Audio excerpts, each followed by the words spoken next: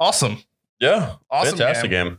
I was like, it's interesting that the Bills fell down 20-3, and I'm glad it happened because we talked about it last week how the Bills hadn't won the last 7 one-possession ball games that they were in. So I'm like, all right, what's going to happen when the Bills get in a close game? Well, thank God they were playing the Ravens because the Ravens are now the first team in NFL history through 4 weeks of the NFL season. They're already the first team in NFL history to have 2 home losses where they've had a 17-point lead. Couple of things here. First of all, those 2 losses, if they don't blow a 17-point lead, Kick a field they're goal. 4-0. Yeah. They're 4-0, which, by the way, there's only one undefeated team right now. It's the Eagles. Oh, and one more thing. When you have a 17-point lead, what helps? Probably a really good secondary. Can I interest you in Marlon Humphreys, Patrick Queen, and Kyle Hamilton?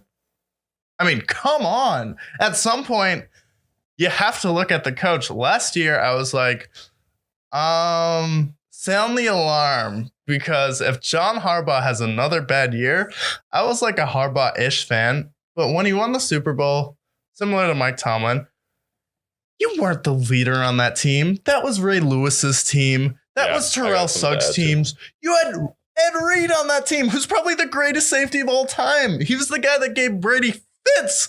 And then you're going to go on and have a successful career and not be questioned by Ravens fans. Like, my problem with fans is, hey, if your coach sucks, even though he won you a Super Bowl, sometimes he's a really good coach, but sometimes it's just time for a new voice. Okay, first of all, a couple things. First of all, John Harbaugh he's been on the Ravens since 2008, been the head coach since 2008. Jesus. Secondly, let's talk about that. Let's talk about that Super Bowl real quick. That Super Bowl, you know why they won that Super Bowl? Everyone you just named, Ray Lewis, Ed Reed, all fantastic. Don't forget that Joe Flacco played the best football that any quarterback has ever played in a 4-game stretch. That playoff run from Joe Flacco was the greatest accomplishment out of any average quarterback. Joe Flacco, historically, pretty average. We can look at the numbers. He's like slightly above average, but not amazing. That Super Bowl was because of Joe Flacco and that defense. Outside of that, what the fuck have you done as a head coach? You've made the playoffs.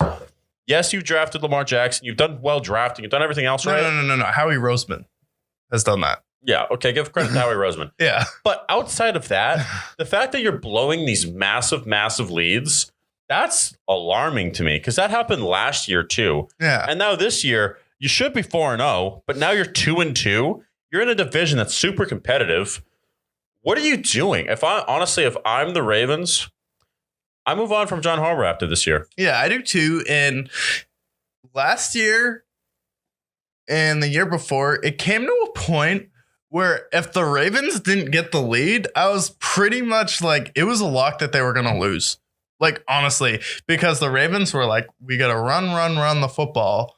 And that's cool because you have Lamar. You had a solid-ish stable of running backs when you had Latavius Murray, who's a really good player. A couple of dudes. And then it's like, all right, you want to run the football. I get that, man. But at the same time, it's like, if you're running the football and you're like, we don't need wide receivers on our team, it's like, yeah, you fucking do. Because when you have to come back, you need guys that can get separation.